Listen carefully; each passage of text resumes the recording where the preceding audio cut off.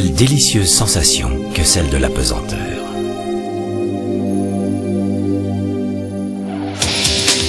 En bas, c'est la Terre qui nous attire. La gravitation terrestre nous retient au sol, quelles que soient les ruses que nous employons.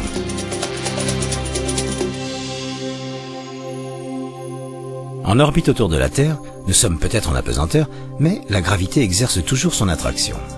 Ces astronautes tournent autour de la Terre à plus de 27 000 km/h. Ils sont en chute libre. Tout comme eux. C'est la vitesse qui maintient leur vaisseau en orbite. Une perte de vitesse, même minuscule, et c'est le grand plongeon vers la Terre. La vitesse combat l'action de la gravité. Avec une vitesse de lancement insuffisante, une fusée ne réussit pas à atteindre son orbite. Mais, avec une vitesse de propulsion de plus de 27 000 km/h, le succès est garanti. Pour pouvoir enfin quitter la gravitation terrestre, il faut une poussée de plus de 40 000 km/h.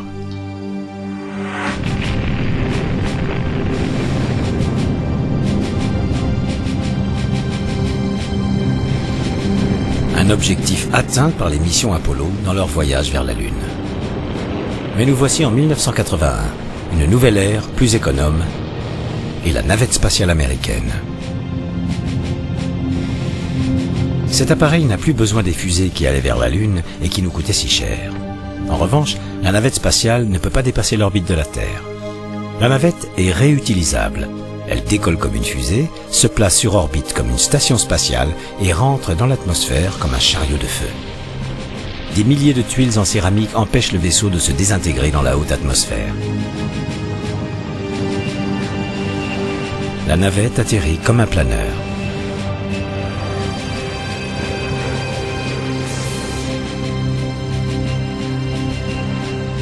La navette spatiale n'est pas une réussite totale. Elle a permis des expériences scientifiques et le lancement de satellites. Elle peut même transporter des passagers.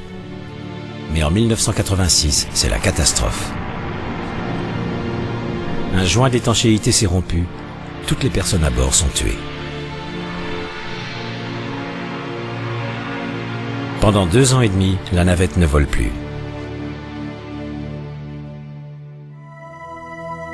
Pendant ce temps, l'Union soviétique lance la station spatiale Mir.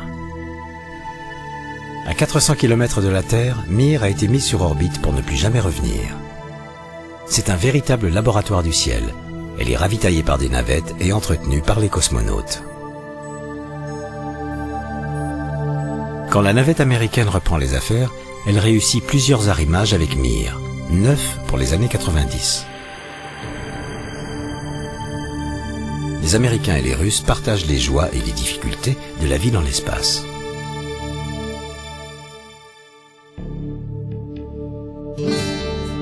Mais à quoi ressemble le quotidien là-haut ? Une bonne santé physique et mentale est essentielle.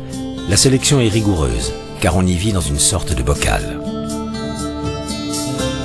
Les plantes peuvent pousser en apesanteur. Pendant une longue mission, personne ne souffre de la faim. Mais peut-on supporter un trop long isolement ou une trop grande cohabitation ? Un aller-retour sur Mars durerait 18 mois, une véritable épreuve même pour les meilleurs amis du monde. Ce sont les Russes qui ont le plus l'expérience des longues missions. Un cosmonaute est resté 438 jours à bord de Mir, sans conséquences désastreuses, mais il était extrêmement discipliné. La nourriture est gluante, car les miettes sont à proscrire. Il est plus facile de boire à la paille.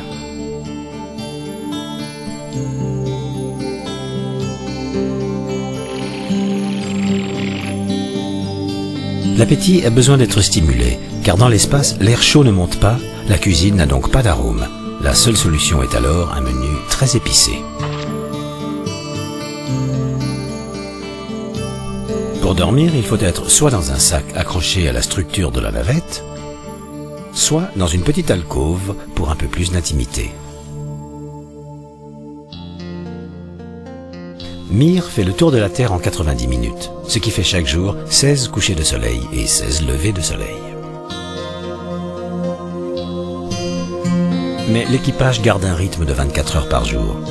Il commence la journée à l'heure de Moscou. Les astronautes de la navette américaine, eux, sont réglés sur l'heure de Houston. Et parfois, ils fonctionnent avec un système de roulement. Une petite coupe, cher monsieur? Chaque mèche coupée est aspirée.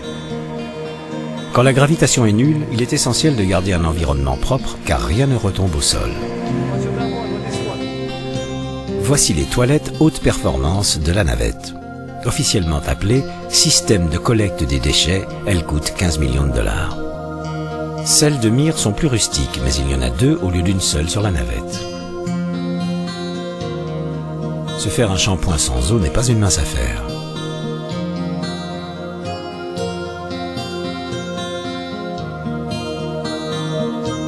C'est indéniable, ces habitacles de l'espace peuvent sentir mauvais et être très bruyants.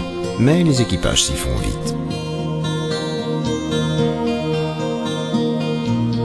Les Russes savent le mieux sélectionner les équipes pour qu'il y ait compatibilité de caractère. C'est essentiel, en particulier pour des séjours de longue durée sur Mir. Et une petite fête aide toujours à remonter le moral.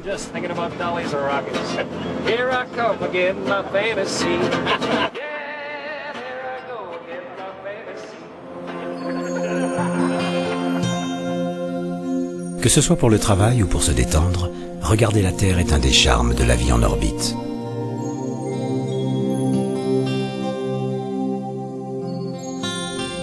Des éclairs en dessous des nuages. Un volcan russe. Des feux de forêt.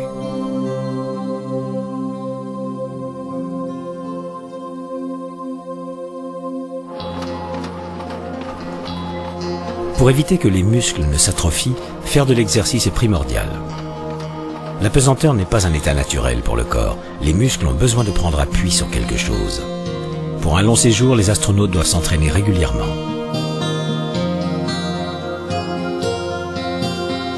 Leurs combinaisons très serrées les aident également à faire travailler leurs muscles pour pouvoir bouger. Malgré tous ces exercices, il faut un certain temps pour se réhabituer à la gravité de retour sur Terre. Ce médecin en sait quelque chose. Dr Valery Polyakov, le Russe qui détient le record du plus long séjour dans l'espace en solitaire.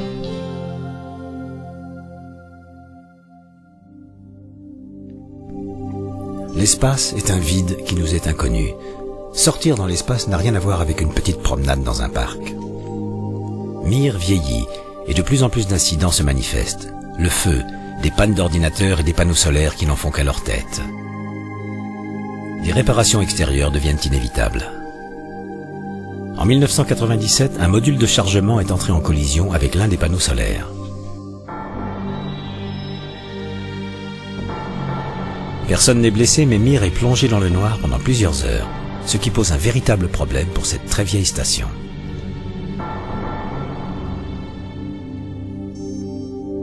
À l'intérieur, c'est un véritable labyrinthe. Depuis 1986, 5 modules ont été ajoutés un par un à la station d'origine. Ici, un grand nombre d'expériences scientifiques et techniques ont été faites. Et elles ont montré que même dans de telles conditions, nous pourrions aller sur Mars et revenir.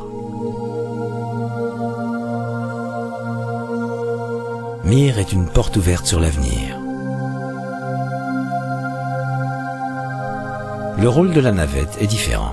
C'est un cheval de labour, un camion.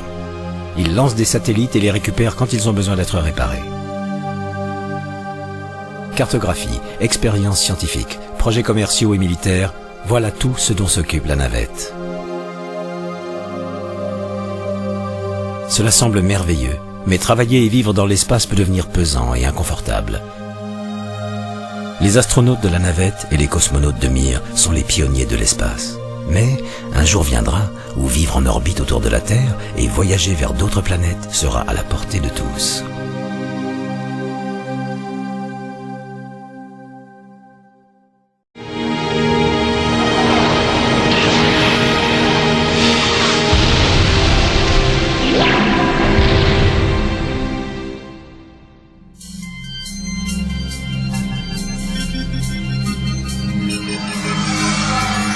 Les robots explorateurs du ciel, nos envoyés spéciaux du système solaire. Ils partent en reconnaissance là où nous aimerions aller et là où nous n'irons jamais.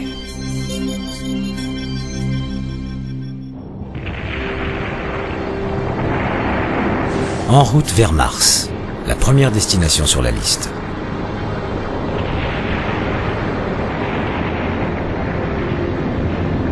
Envoyée au-delà de l'atmosphère terrestre par une fusée Delta, cette mission américaine en marche vers la planète rouge est une première. Elle transporte un robot.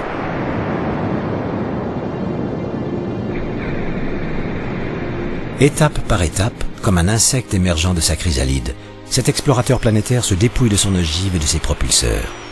Rapidement, il s'envole librement.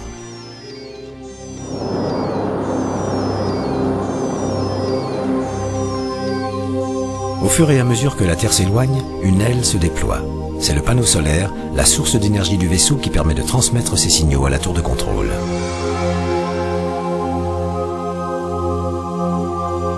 Cette mission s'appelle Mars Surveyor Orbiter.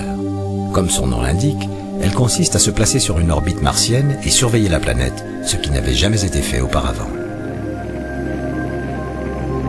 Sur la face cachée de Mars, une rétrofusée vient freiner la vitesse de la sonde Surveyor. Sa mise en orbite est un succès. Mais cette orbite est très allongée, balayant ainsi une grande partie de l'espace. Or, Surveyor a besoin de se placer sur une orbite circulaire.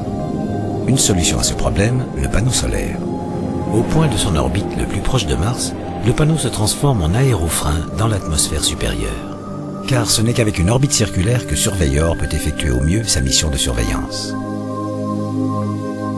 Petit à petit, l'aérofrein réussit ce tour de force. L'orbiteur Surveyor a été chargé d'étudier le climat et le relief martien. Un vaisseau frère s'occupera, lui, d'opérer à la surface. Ce programme s'étendra sur 10 ans. Les lancements sont planifiés tous les 26 mois, ce qui veut dire que lorsque nous arriverons sur Mars, il existera déjà un guide de Mars d'après Surveyor. Voyager, les plus célèbres sondes automatiques, les premières missions à nous avoir dévoilé Jupiter. Ces vaisseaux jumeaux, Voyager 1 et Voyager 2, nous ont envoyé des images très alléchantes.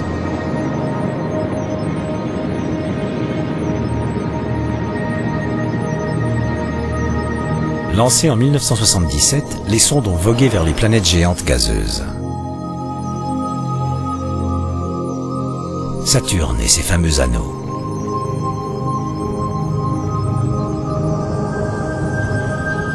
Gros plan sur les annelets.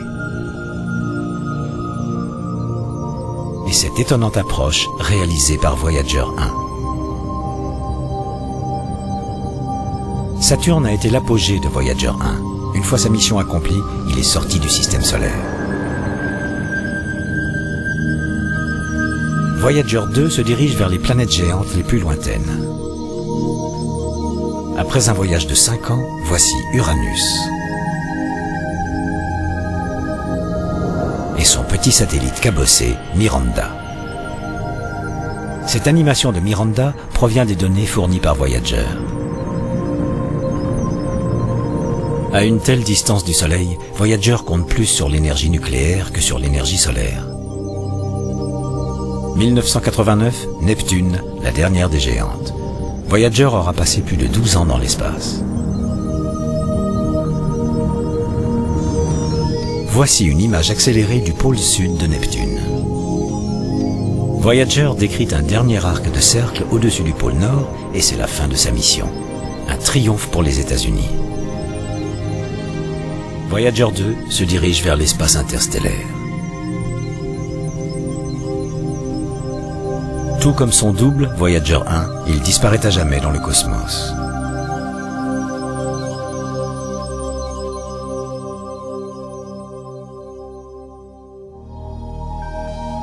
Lancée par la navette américaine en 1990, cette sonde automatique a pour objectif le Soleil. Mais sa route passe par Jupiter.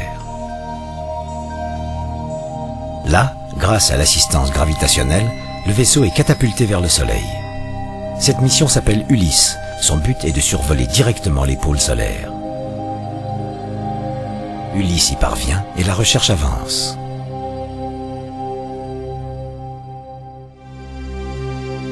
« 1989, une autre sonde automatique est lancée depuis la navette américaine Galileo. Destination Jupiter. Mais Galileo n'a pas assez de puissance de propulsion. La solution, c'est l'assistance gravitationnelle des planètes, une fois autour de Vénus et 2 fois autour de la Terre. Le tout prend 6 longues années, mais le résultat en vaut la peine. Cette mission, larguer une sonde dans l'atmosphère impitoyable de Jupiter, ne peut être faite que par un robot.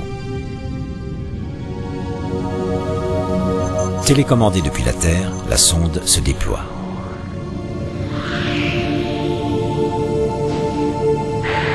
C'est une véritable descente aux enfers. Plus la sonde s'enfonce, plus l'atmosphère est dense. Et plus l'atmosphère est dense, plus elle est chaude. Et les vents sont terribles. Mais la sonde poursuit ses transmissions. Chaque donnée est envoyée au vaisseau mère qui fait le relais avec la Terre. L'atmosphère de Jupiter est une soupe empoisonnée, si dense qu'au bout d'1 heure, la sonde est désintégrée. Tout en haut, la sonde Galileo se place en orbite. Une ellipse gigantesque, mais calculée avec soin, afin de pouvoir photographier à chaque tour les 4 plus gros satellites de Jupiter.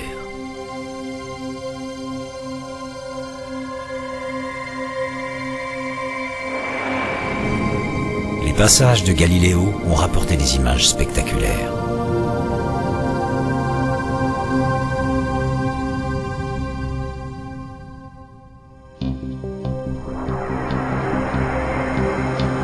« 4 juillet 1997, l'Amérique célèbre le jour de l'indépendance avec un atterrissage de nuit sur Mars.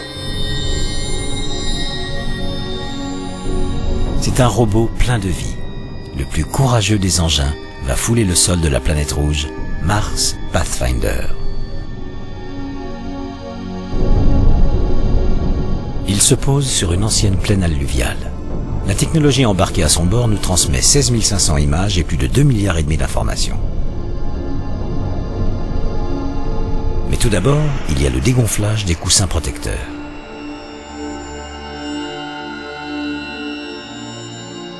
Puis, comme une fleur, Pathfinder déploie ses pétales.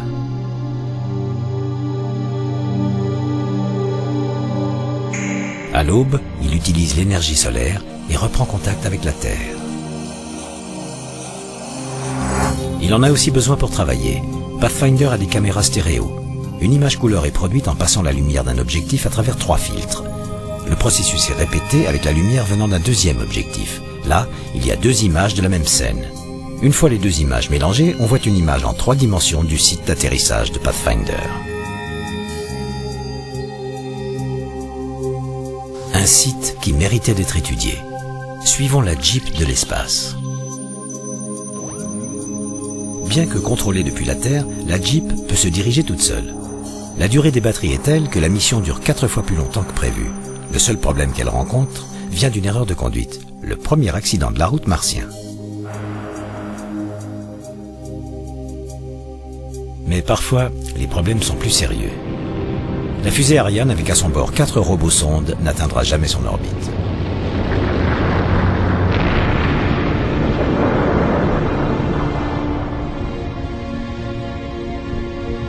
Pas plus que ces engins russes. L'échec de cette fusée implique que les sondes ne quitteront jamais l'orbite de la Terre. Elles étaient censées analyser le sol martien et transmettre les résultats à un orbiteur. Les antennes radar qui communiquent avec nos sondes sont une aubaine pour l'exploration de l'espace. Grâce à elles, sans quitter le sol de notre planète, nous cartographions et cataloguons les nouveaux mondes. Les Christophe Colomb des temps modernes ont de la chance.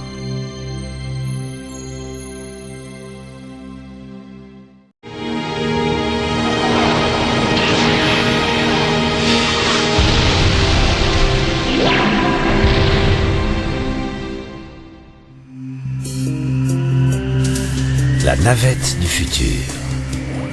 Elle décolle comme un avion et elle grimpe. Après avoir atteint la bonne altitude et la bonne vitesse, le pilote déclenche le moteur de la fusée.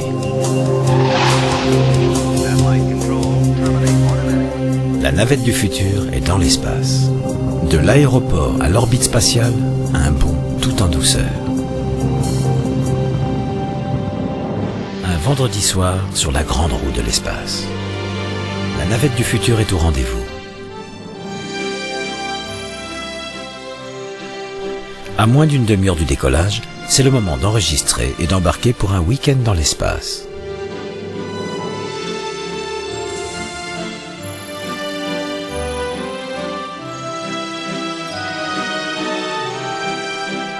Petit arrêt pour regarder les cieux au-dessus et la terre en dessous.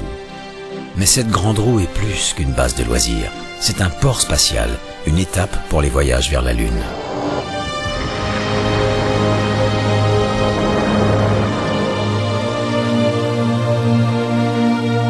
Car désormais, la Lune est colonisée. Et il est plus économique d'affréter le chargement et le personnel depuis une orbite terrestre que directement depuis la Terre.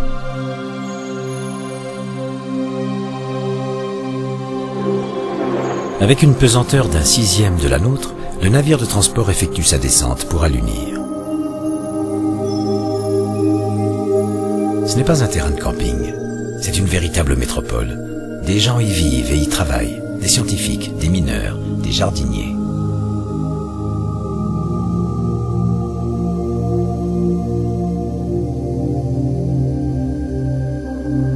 Et plus loin encore, sur Mars, d'autres colonies.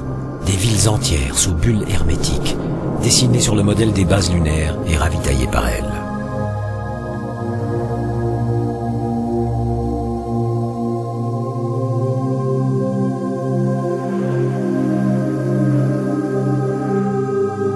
La Lune et ses ports de l'espace sont les dernières étapes avant d'arriver aux planètes. Mais ça, c'est de la science-fiction. Voici la réalité.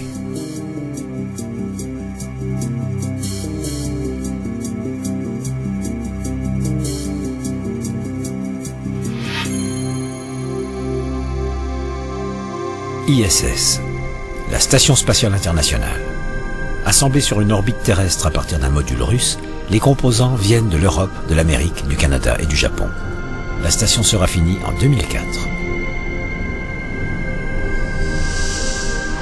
13 nations participent au projet.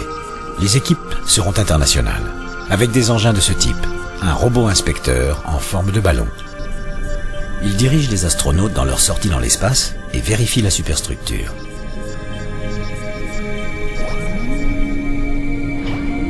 Les bras du robot repositionnent les modules.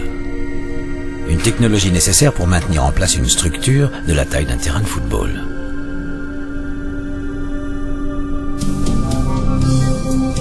À l'origine, les équipes voyageaient à bord de l'ancienne navette spatiale américaine. Leur vaisseau de survie, Soyouz, un cargo spatial utilisé par Mir, la station spatiale russe.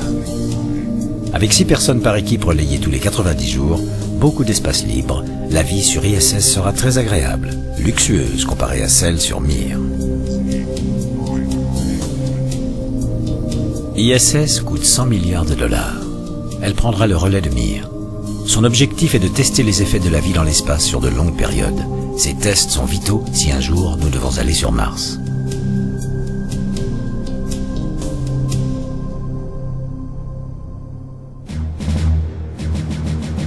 Et voici la nouvelle navette. Ou tout du moins le X-33, un prototype de la moitié de la taille de la future navette.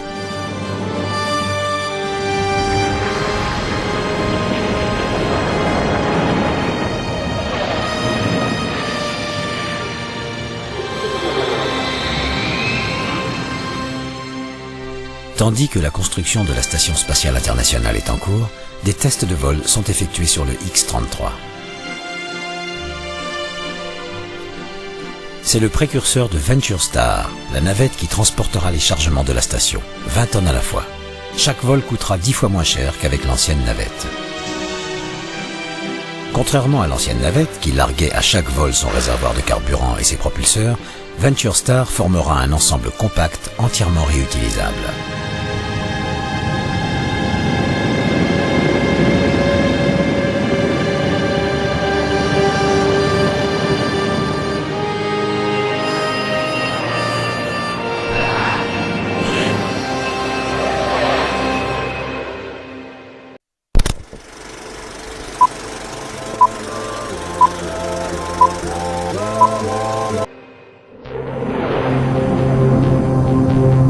partir de l'orbite de la Terre, une fusée s'envole vers Mars. C'est la fin du XXIe siècle. Grâce à des ports spatiaux comme ISS, la planète rouge est maintenant colonisée. La fusée, une fois lancée, nous approchons de ce petit monde froid et de son atmosphère si ténue.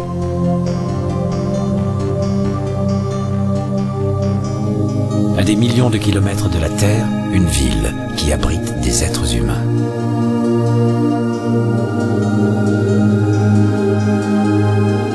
Mais c'est une vie enfermée dans une bulle. Des couloirs étanches relient les labos, les usines, les bureaux et les habitations. Dehors, sans combinaison spatiale, vous êtes mort. Cette cité vit en totale autarcie. Les biosphères produisent la nourriture, l'énergie y est solaire, tout est recyclable. Les sacs propulseurs seraient amusants s'il n'y avait pas ces combinaisons pressurisées. Ne pourrions-nous pas transformer Mars en une seconde Terre? Peut-être, mais il faudrait des centaines de milliers d'années pour créer un effet de serre et obtenir une atmosphère respirable.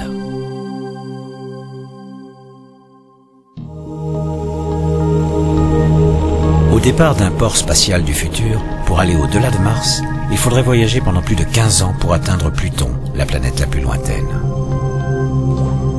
Mais nos systèmes de propulsion ne sont pas assez puissants et nos réservoirs de carburant sont limités.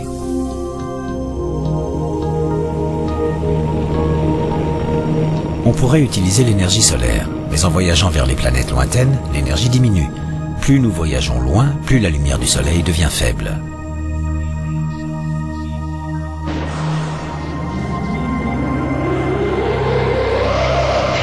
Alors, il reste le vent solaire. On pourrait éventuellement le récupérer dans de gigantesques voiles et se laisser dériver au gré des particules électrisées soufflées par le soleil.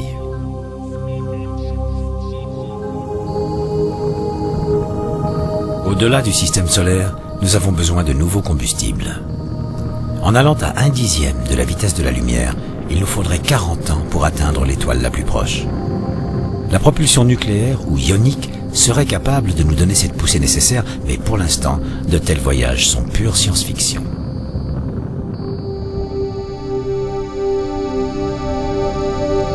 Alors, quelle sera la prochaine destination? La Lune et Mars sont les premières sur nos listes. Mais qu'en est-il de Vénus, la brûlante sœur de la Terre? Pourrions-nous un jour coloniser cette planète infernale, dissiper ses nuages et inverser son effet de serre? Peut-être. L'idée serait d'ensemencer l'atmosphère d'algues vertes. Elles pourraient absorber le dioxyde de carbone et libérer de l'oxygène. L'eau s'accumulerait à la surface. Le climat torride refroidirait, la vie pourrait apparaître. Mais ça n'est pas si simple. Il faudrait attendre des centaines de milliers d'années pour que Vénus commence à ressembler à la Terre. Même si cela était possible, un tel remodelage planétaire est-il vraiment souhaitable? La nature a l'habitude de s'organiser toute seule.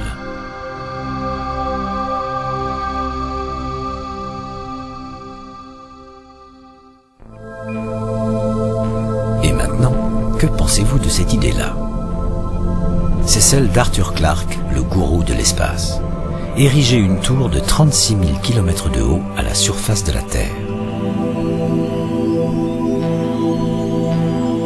Une sorte d'ascenseur de l'espace. Cette tour, ainsi que 3 autres identiques, partirait de l'équateur pour former les rayons d'une gigantesque roue dont la Terre serait le pivot central.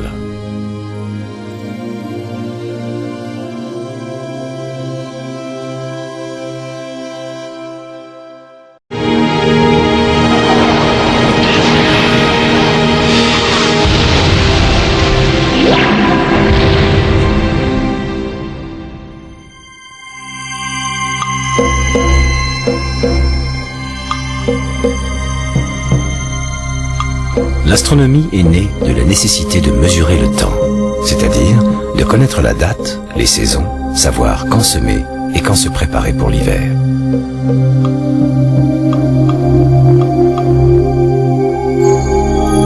Aujourd'hui, il n'y a que dans quelques rares endroits retirés du monde, loin de la lumière et de la pollution, que l'on peut voir de tels cieux. Dans les temps anciens, tout le monde regardait le ciel et le connaissait.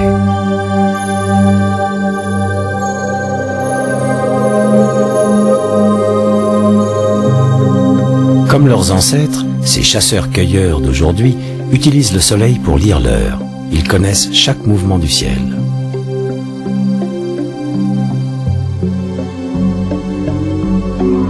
L'astronomie a commencé il y a 6000 ans avec les Babyloniens. Ils dessinent la première carte des mouvements célestes. Ils regroupent les étoiles dans des constellations qu'ils représentent sous forme de figures. Ce sont les signes du zodiaque. Les Babyloniens repèrent des astres errants. Nous savons aujourd'hui que ce sont les 5 planètes les plus proches.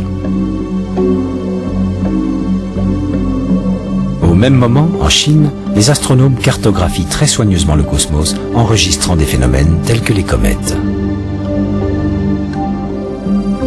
En Égypte, la crue annuelle du Nil est signalée par l'arrivée de l'étoile Sirius au lever du jour.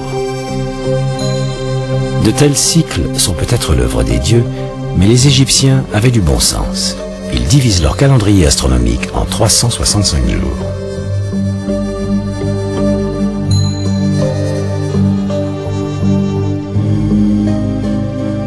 Bien plus tard, en Amérique centrale, les Mayas font de même.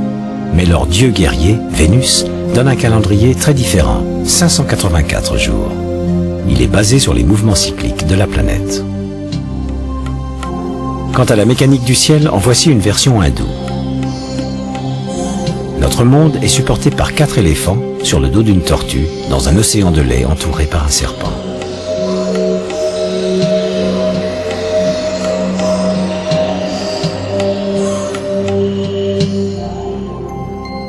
En l'an 300 avant Jésus-Christ, les Grecs avaient une vision du monde plus scientifique. Ils imaginent qu'une série de sphères de cristal tourne autour de la planète. Le Soleil, la Lune et les 5 planètes connues à cette époque évoluent chacune dans sa propre sphère. Ce sont les fameux astres errants. Les étoiles que l'on voit au second plan sont placées dans une sphère plus lointaine. Nous sommes en 200 avant Jésus-Christ, c'est le solstice d'été. Le soleil éclaire à la verticale un puits à Aswan, en Égypte. Le bibliothécaire, Ératosthène, observe cet événement. Il travaille à Alexandrie, à plusieurs centaines de kilomètres au nord. Là, à la même heure, il voit sur le sol l'ombre projetée d'un pilier. Il se demande pourquoi cette ombre. Cela est dû à la courbure de la Terre. Quand les rayons du soleil tombent verticalement dans le puits d'Aswan, à Alexandrie, ils forment un angle. En utilisant la géométrie, Ératosthène calcule la circonférence de la Terre et obtient la preuve que la Terre n'est pas plate. Les Grecs commencent à mesurer le ciel. La première carte des étoiles est établie par le mathématicien Hipparchos. Il note la luminosité des étoiles. En observant les éclipses, il tente de déterminer la distance relative de la Terre à la Lune et au Soleil. Un autre grec, Ptolémée, pense que les planètes sont placées en orbite autour de la Terre. Sa réputation est telle que cette idée fausse perdurera pendant plus de 15 siècles.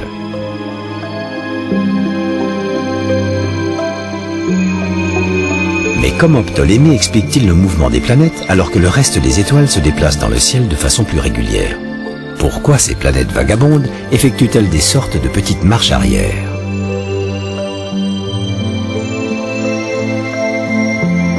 Ptolémée explique ce phénomène grâce aux épicycles, de minuscules cercles que les planètes décrivent autour de leur principale trajectoire. Il a tort, mais pourtant, cela concorde avec ses observations.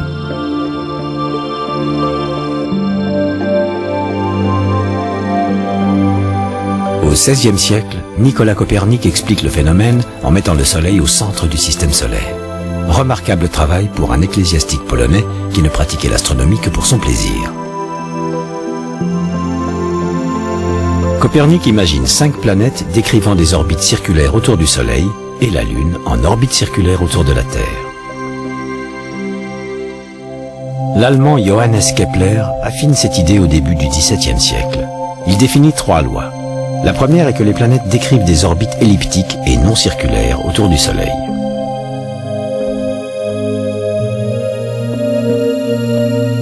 La seconde est que la vitesse orbitale varie. Les planètes ralentissent lorsqu'elles sont loin du Soleil et accélèrent lorsqu'elles s'en rapprochent.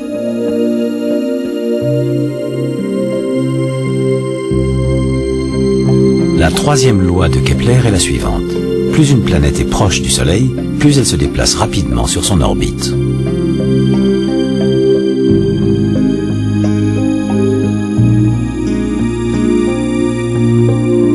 Des observations faites par l'astronome danois Tycho Brahe donnent à Kepler de précieuses indications qui expliquent pourquoi certaines planètes semblent reculer.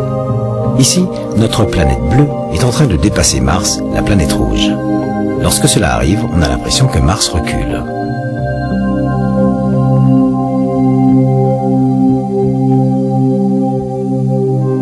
L'Italien Galilée est le premier à observer le ciel avec un télescope. Nous sommes au début du XVIIe siècle, l'astronomie moderne est en marche. On observe les cratères de la Lune. Le Soleil a des taches et Jupiter des satellites.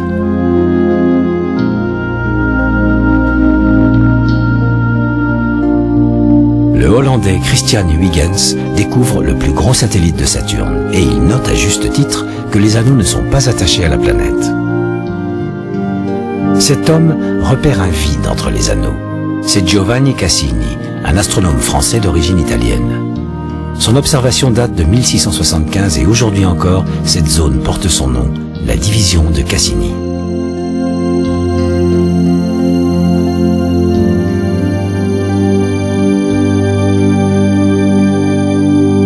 Isaac Newton, un génie anglais, révolutionne l'astronomie. Il découvre la gravitation universelle, divise la lumière et raccourcit le télescope en utilisant des réflecteurs internes. Un siècle plus tard, William Herschel découvre la planète Uranus. Et à Slough, en Angleterre, il construit le plus grand télescope à miroir du monde. Ses observations sont prolifiques. Elles sont publiées sous forme de catalogue. Et c'est le premier à reconnaître que les étoiles de notre galaxie forment un disque aplati.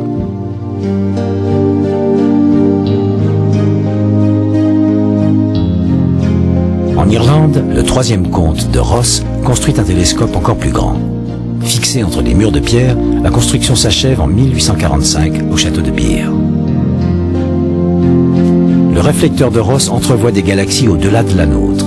Pas de taches floues, mais de véritables galaxies avec une structure. Cette esquisse de Ross représente une galaxie spirale. Voici la galaxie aujourd'hui. Le 19e siècle nous apporte deux outils fondamentaux. Le premier est la spectroscopie, l'analyse de la lumière déterminant la nature des objets dans l'espace. Le second, c'est la photographie. Voici une photo de la lumineuse comète de 1882. Dans les années 20, Edwin Hubble utilise brillamment ces deux instruments.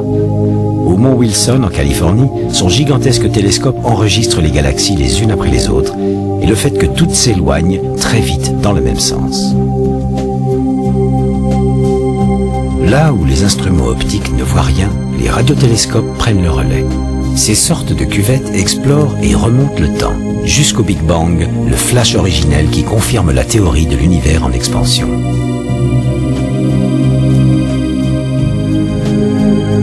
De plus en plus puissants, les télescopes observent de plus en plus loin dans l'espace. Mais la prochaine découverte pourrait bien être celle d'un amateur. L'observation spatiale n'est pas uniquement réservée aux professionnels. L'astronomie est une science qui appartient à tout le monde.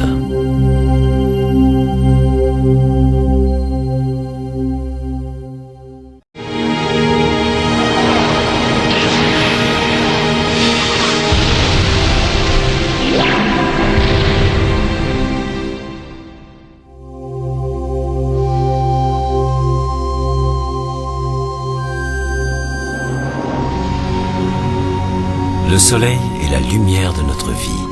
Il rayonne sur le monde avec une puissance de 400 trillions de watts.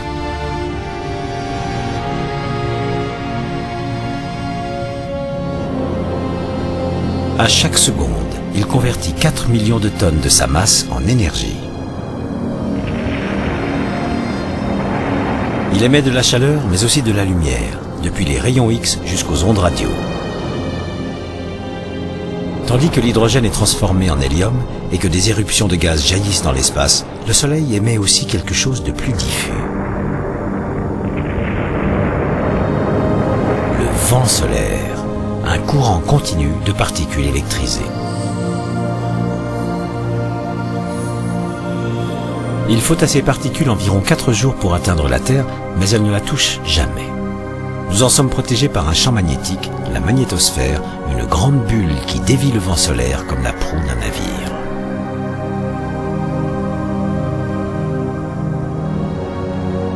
Habituellement, le vent souffle à plus de 400 km par seconde. Mais ces éjections solaires massives peuvent le propulser à plus de 800 km par seconde, une véritable tempête. Sur Terre, elles provoquent des orages géomagnétiques, capables d'endommager nos lignes à haute tension et de plonger nos villes dans le noir. Elles peuvent aussi désorienter les satellites. Quand l'Inde perdit son satellite de communication, c'est le marché boursier qui s'est effondré. Ces éjections massives ne sont pas très fréquentes, mais là, avec le disque solaire masqué, on ne peut pas se tromper sur leur puissance. Quand l'une d'entre elles atteint la Terre, la magnétosphère se trouve comprimée. Un orage magnétique s'abat alors sur nous.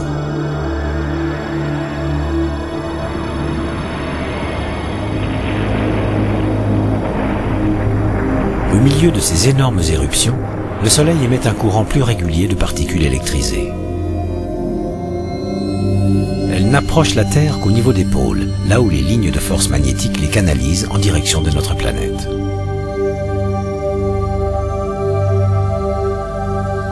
C'est ce qui crée la lumière des aurores.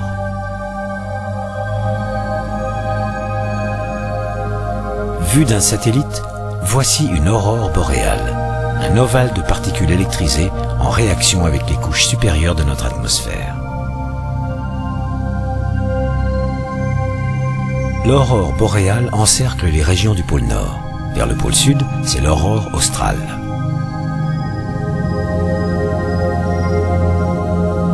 À la surface de la Terre, c'est une vision de rêve.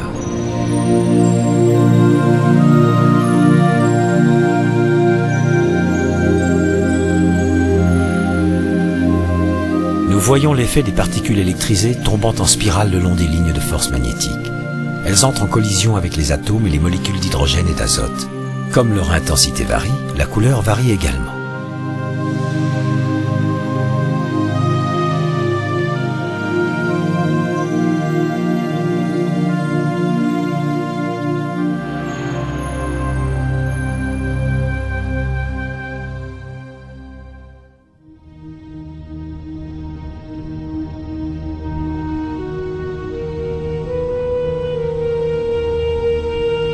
Parfois, quand la Terre s'aligne avec la Lune, nous jouissons alors d'un autre fabuleux spectacle.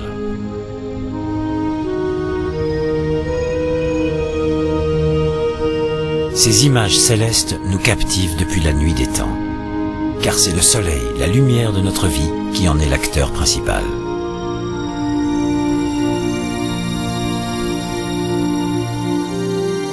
C'est l'interception de la lumière du Soleil dans l'alignement de ces 3 astres qui provoque les éclipses.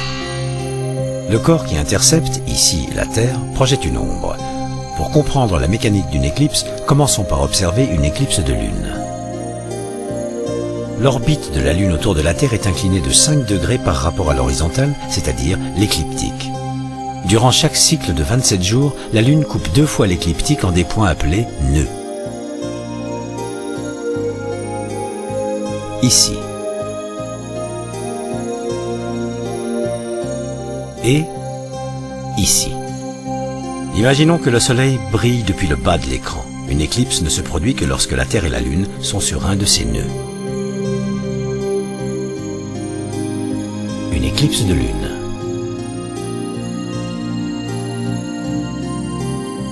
Et une éclipse de Soleil. Quand le Soleil brille à gauche, la Lune rentre dans le cône d'ombre de la Terre, ici en blanc. Cela donne une éclipse totale de Lune. Elle se met à rougir. C'est à cause de l'atmosphère terrestre. À la totalité de l'éclipse, l'atmosphère réfracte et filtre la lumière du Soleil et projette cette teinte rouge. Voici une éclipse de Soleil.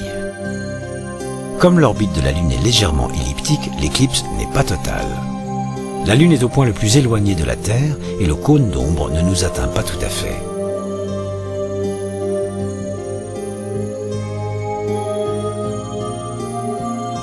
Nous assistons alors à une éclipse annulaire. La Lune est trop loin pour couvrir totalement le Soleil.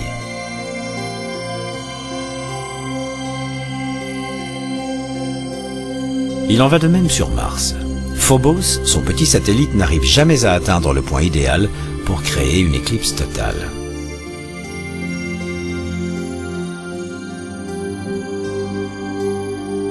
Par contre, ici, la Lune est assez proche pour que son cône d'ombre balaie la Terre. Voici l'ombre de l'éclipse qui aura lieu en août 99 et qui passera rapidement au-dessus de l'Europe en direction de la mer Noire. Vue du satellite, l'ombre dessine un autre trajet.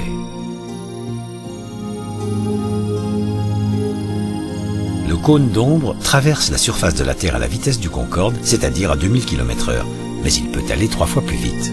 En 1998, il passe en coup de vent au-dessus des Caraïbes du Sud, au moment où la Terre, le Soleil et la Lune s'alignent.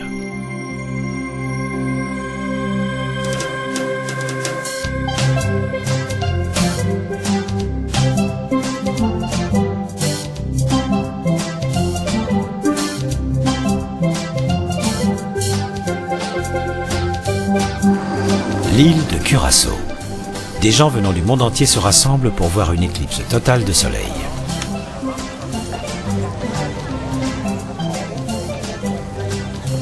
Caméras, télescopes et jumelles sont équipés de filtres spéciaux. C'est le seul moyen pour observer le soleil en toute sécurité.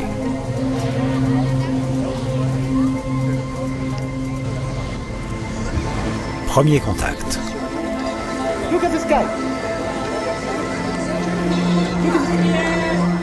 Alors que la Lune s'approche du disque solaire, des nuages menacent de venir gâcher le spectacle. Le ciel s'éclaircit. Cette première phase dure environ 1h30. Les jumelles projettent une double image du croissant de soleil.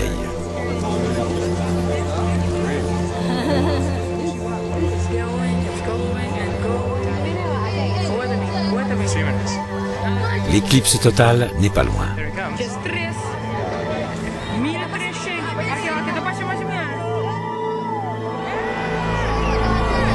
Le Soleil est maintenant totalement éclipsé par la Lune.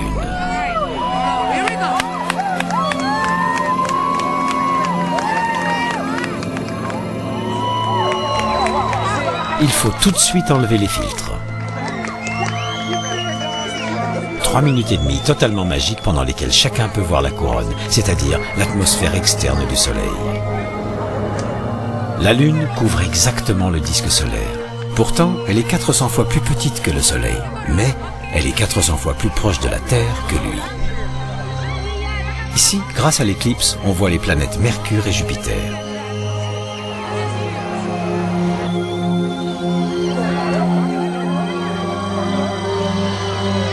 Un anneau de diamant, et c'est la fin de l'éclipse totale.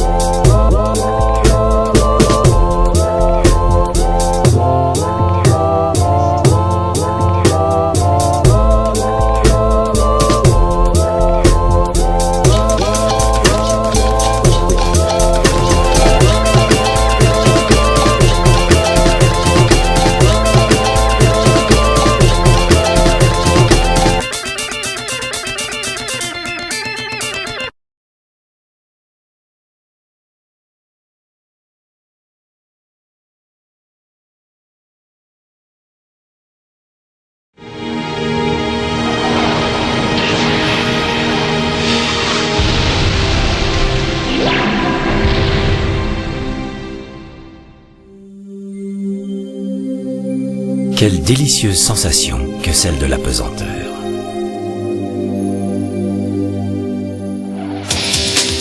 En bas, c'est la Terre qui nous attire. La gravitation terrestre nous retient au sol, quelles que soient les ruses que nous employons.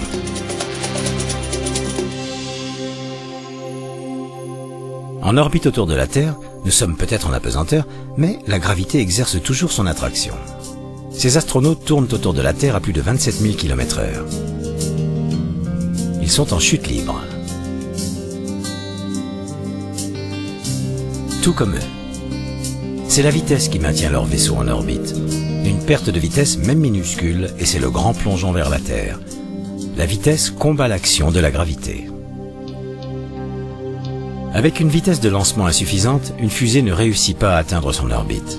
Mais, avec une vitesse de propulsion de plus de 27 000 km/h, le succès est garanti. Pour pouvoir enfin quitter la gravitation terrestre, il faut une poussée de plus de 40 000 km/h.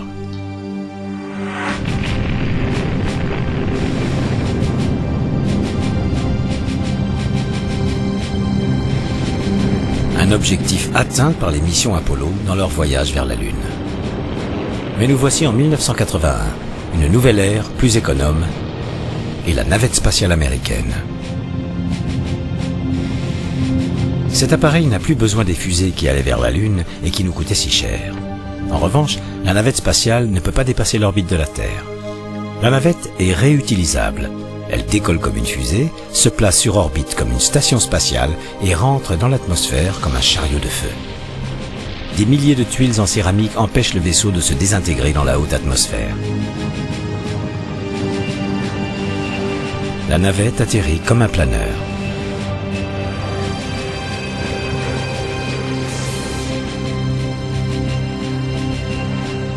La navette spatiale n'est pas une réussite totale. Elle a permis des expériences scientifiques et le lancement de satellites. Elle peut même transporter des passagers. Mais en 1986, c'est la catastrophe. Un joint d'étanchéité s'est rompu. Toutes les personnes à bord sont tuées. Pendant 2 ans et demi, la navette ne vole plus. Pendant ce temps, l'Union soviétique lance la station spatiale Mir. À 400 km de la Terre, Mir a été mise sur orbite pour ne plus jamais revenir. C'est un véritable laboratoire du ciel. Elle est ravitaillée par des navettes et entretenue par les cosmonautes. Quand la navette américaine reprend les affaires, elle réussit plusieurs arrimages avec Mir, 9 pour les années 90. Les Américains et les Russes partagent les joies et les difficultés de la vie dans l'espace.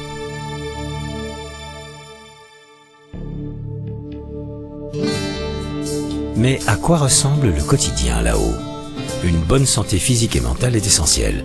La sélection est rigoureuse, car on y vit dans une sorte de bocal. Les plantes peuvent pousser en apesanteur. Pendant une longue mission, personne ne souffre de la faim. Mais peut-on supporter un trop long isolement ou une trop grande cohabitation ? Un aller-retour sur Mars durerait 18 mois, une véritable épreuve même pour les meilleurs amis du monde. Ce sont les Russes qui ont le plus l'expérience des longues missions. Un cosmonaute est resté 438 jours à bord de Mir, sans conséquences désastreuses, mais il était extrêmement discipliné. La nourriture est gluante, car les miettes sont à proscrire. Il est plus facile de boire à la paille.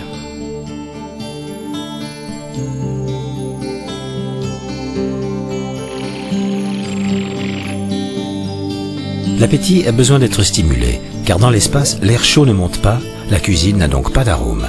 La seule solution est alors un menu très épicé.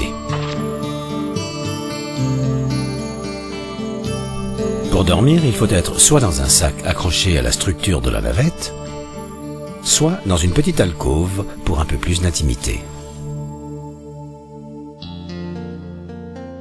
Mir fait le tour de la Terre en 90 minutes, ce qui fait chaque jour 16 couchers de soleil et 16 levées de soleil. Mais l'équipage garde un rythme de 24 heures par jour. Il commence la journée à l'heure de Moscou. Les astronautes de la navette américaine, eux, sont réglés sur l'heure de Houston. Et parfois, ils fonctionnent avec un système de roulement. Une petite coupe, cher monsieur? Chaque mèche coupée est aspirée. Quand la gravitation est nulle, il est essentiel de garder un environnement propre, car rien ne retombe au sol. Voici les toilettes haute performance de la navette. Officiellement appelée système de collecte des déchets, elles coûtent 15 millions de dollars. Celles de Mir sont plus rustiques, mais il y en a 2 au lieu d'une seule sur la navette. Se faire un shampoing sans eau n'est pas une mince affaire.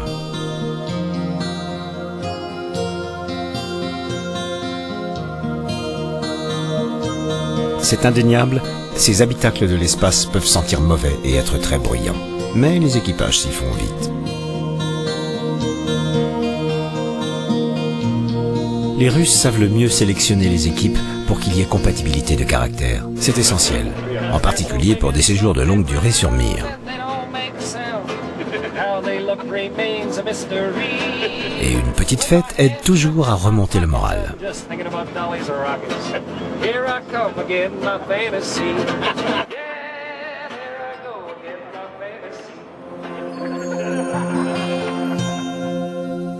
Que ce soit pour le travail ou pour se détendre, regarder la Terre est un des charmes de la vie en orbite.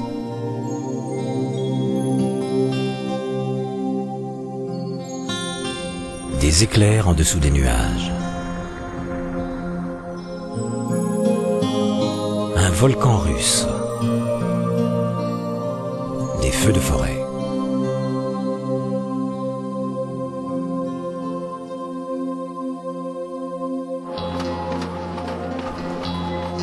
Pour éviter que les muscles ne s'atrophient, faire de l'exercice est primordial. La pesanteur n'est pas un état naturel pour le corps. Les muscles ont besoin de prendre appui sur quelque chose. Pour un long séjour, les astronautes doivent s'entraîner régulièrement.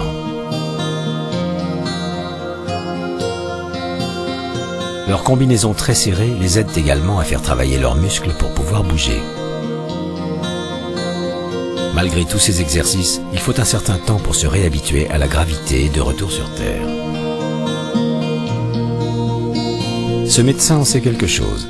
Dr Valery Polyakov, le Russe qui détient le record du plus long séjour dans l'espace en solitaire.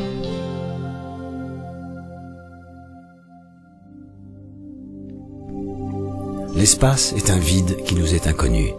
Sortir dans l'espace n'a rien à voir avec une petite promenade dans un parc. Mir vieillit et de plus en plus d'incidents se manifestent. Le feu, des pannes d'ordinateurs et des panneaux solaires qui n'en font qu'à leur tête. Les réparations extérieures deviennent inévitables. En 1997, un module de chargement est entré en collision avec l'un des panneaux solaires. Personne n'est blessé, mais Mir est plongé dans le noir pendant plusieurs heures, ce qui pose un véritable problème pour cette très vieille station.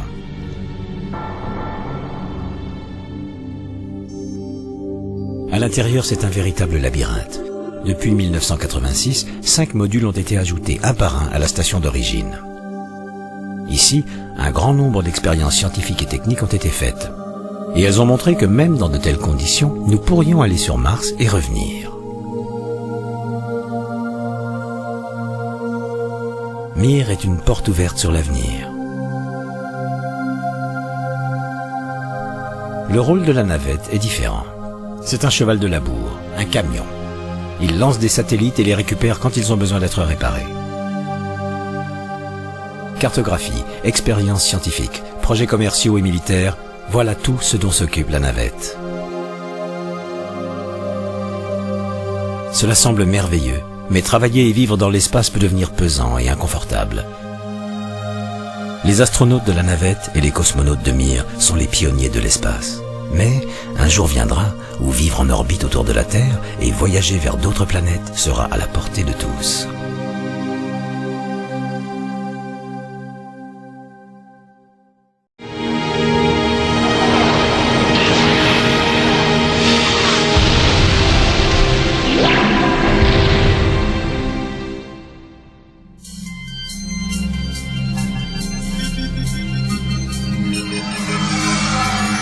Les robots explorateurs du ciel, nos envoyés spéciaux du système solaire. Ils partent en reconnaissance là où nous aimerions aller et là où nous n'irons jamais.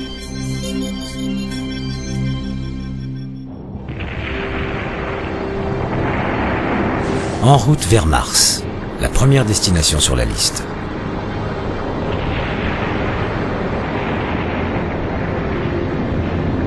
Envoyée au-delà de l'atmosphère terrestre par une fusée Delta, cette mission américaine en marche vers la planète rouge est une première.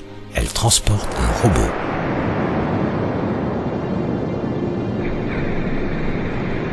Étape par étape, comme un insecte émergeant de sa chrysalide, cet explorateur planétaire se dépouille de son ogive et de ses propulseurs. Rapidement, il s'envole librement.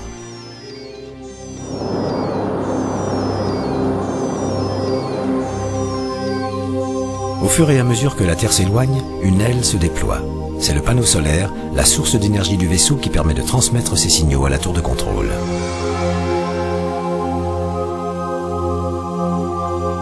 Cette mission s'appelle Mars Surveyor Orbiter.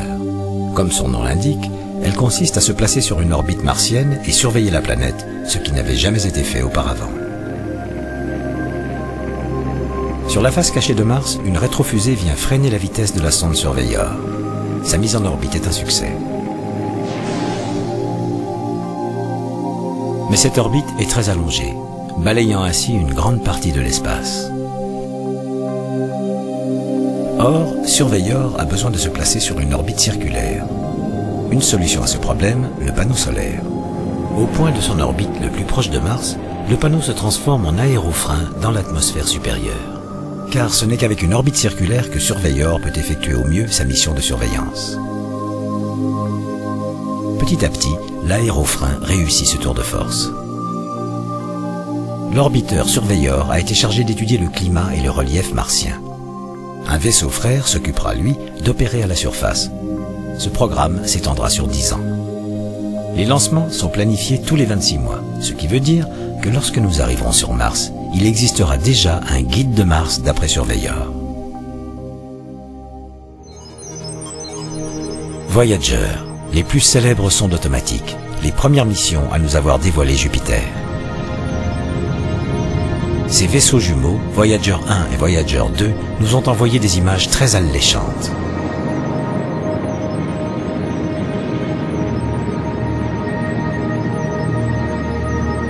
Lancées en 1977, les sondes ont vogué vers les planètes géantes gazeuses. Saturne et ses fameux anneaux.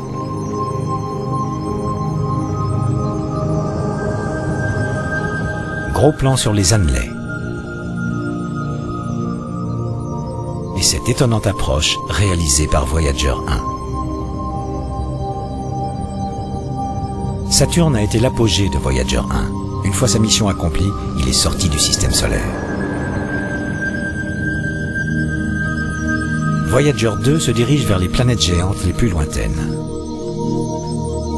Après un voyage de 5 ans, voici Uranus. Et son petit satellite cabossé, Miranda. Cette animation de Miranda provient des données fournies par Voyager. À une telle distance du Soleil, Voyager compte plus sur l'énergie nucléaire que sur l'énergie solaire. 1989, Neptune, la dernière des géantes. Voyager aura passé plus de 12 ans dans l'espace. Voici une image accélérée du pôle sud de Neptune. Voyager décrit un dernier arc de cercle au-dessus du pôle nord et c'est la fin de sa mission. Un triomphe pour les États-Unis. Voyager 2 se dirige vers l'espace interstellaire. Tout comme son double, Voyager 1, il disparaît à jamais dans le cosmos.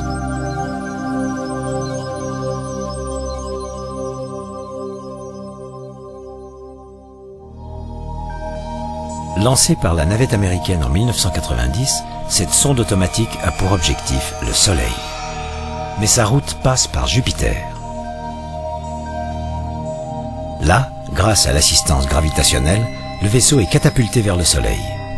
Cette mission s'appelle Ulysse. Son but est de survoler directement les pôles solaires. Ulysse y parvient et la recherche avance.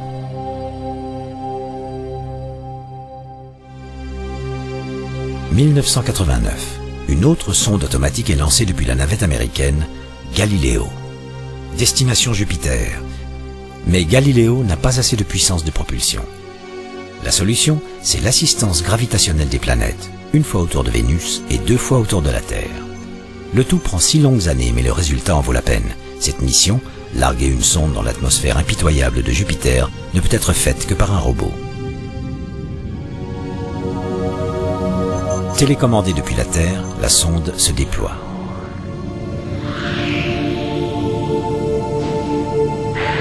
C'est une véritable descente aux enfers. Plus la sonde s'enfonce, plus l'atmosphère est dense. Et plus l'atmosphère est dense, plus elle est chaude. Et les vents sont terribles.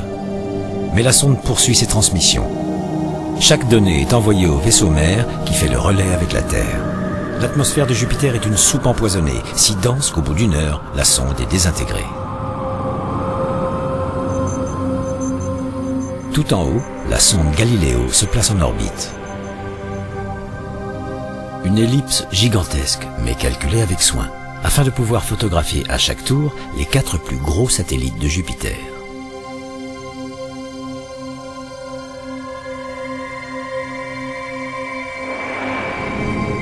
Les passages de Galileo ont rapporté des images spectaculaires.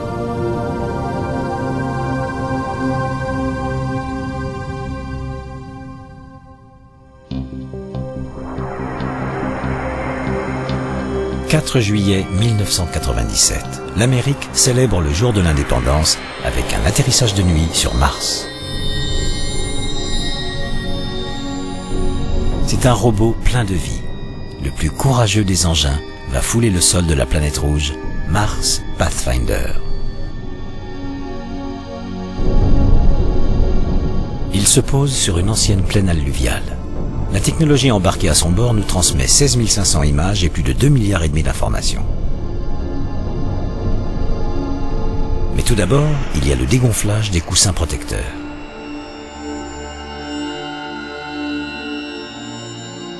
Puis, comme une fleur, Pathfinder déploie ses pétales.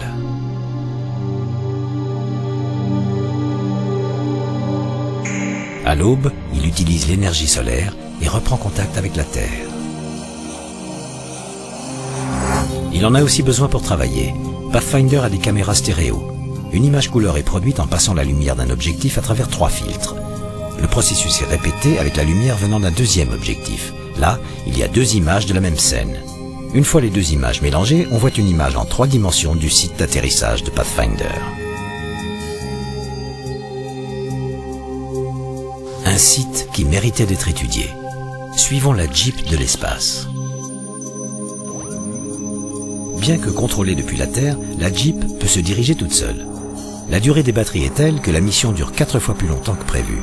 Le seul problème qu'elle rencontre vient d'une erreur de conduite, le premier accident de la route martien. Mais parfois, les problèmes sont plus sérieux. La fusée Ariane, avec à son bord 4 robots sondes, n'atteindra jamais son orbite.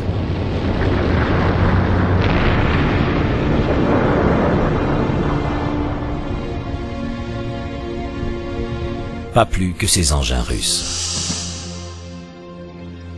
L'échec de cette fusée implique que les sondes ne quitteront jamais l'orbite de la Terre.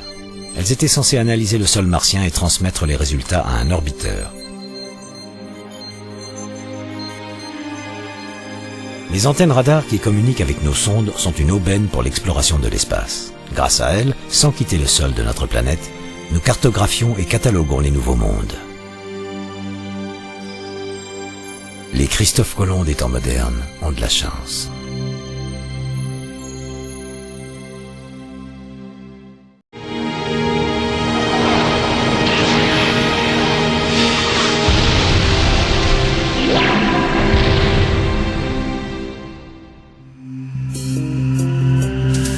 La navette du futur.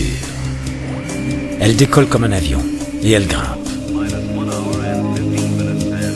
Après avoir atteint la bonne altitude et la bonne vitesse, le pilote déclenche le moteur de la fusée.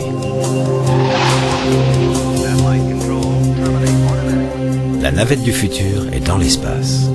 De l'aéroport à l'orbite spatiale, un bond tout en douceur. Un vendredi soir sur la grande roue de l'espace. La navette du futur est au rendez-vous. À moins d'une demi-heure du décollage, c'est le moment d'enregistrer et d'embarquer pour un week-end dans l'espace.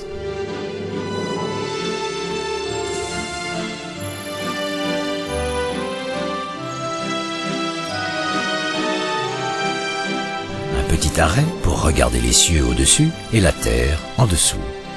Mais cette grande roue est plus qu'une base de loisirs. C'est un port spatial, une étape pour les voyages vers la Lune.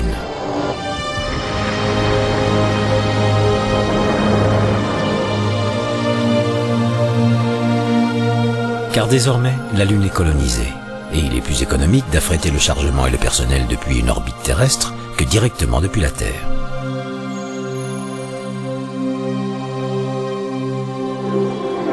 Avec une pesanteur d'un 1/6 de la nôtre, le navire de transport effectue sa descente pour allunir. Ce n'est pas un terrain de camping, c'est une véritable métropole. Des gens y vivent et y travaillent, des scientifiques, des mineurs, des jardiniers.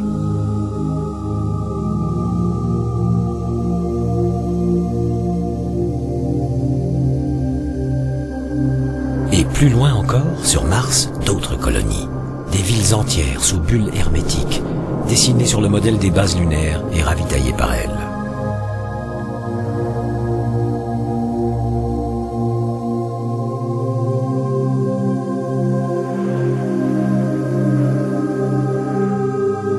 La Lune et ses ports de l'espace sont les dernières étapes avant d'arriver aux planètes. Mais ça, c'est de la science-fiction. Voici la réalité.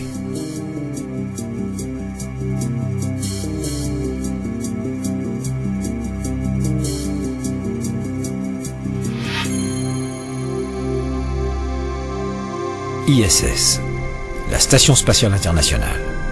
Assemblée sur une orbite terrestre à partir d'un module russe, les composants viennent de l'Europe, de l'Amérique, du Canada et du Japon. La station sera finie en 2004. 13 nations participent au projet. Les équipes seront internationales, avec des engins de ce type, un robot inspecteur en forme de ballon. Il dirige les astronautes dans leur sortie dans l'espace et vérifie la superstructure.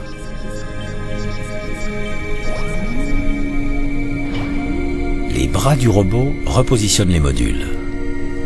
Une technologie nécessaire pour maintenir en place une structure de la taille d'un terrain de football.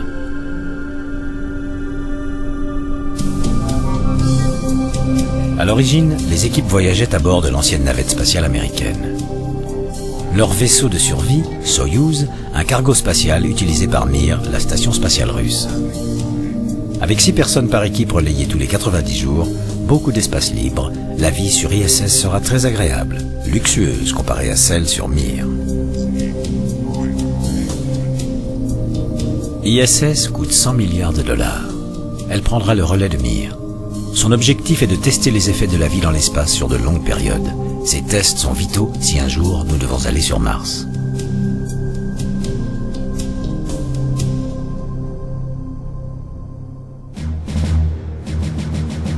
Et voici la nouvelle navette.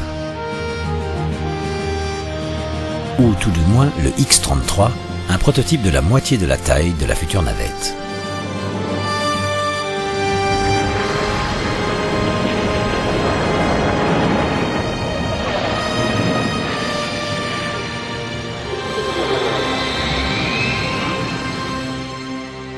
Tandis que la construction de la Station Spatiale Internationale est en cours, des tests de vol sont effectués sur le X-33.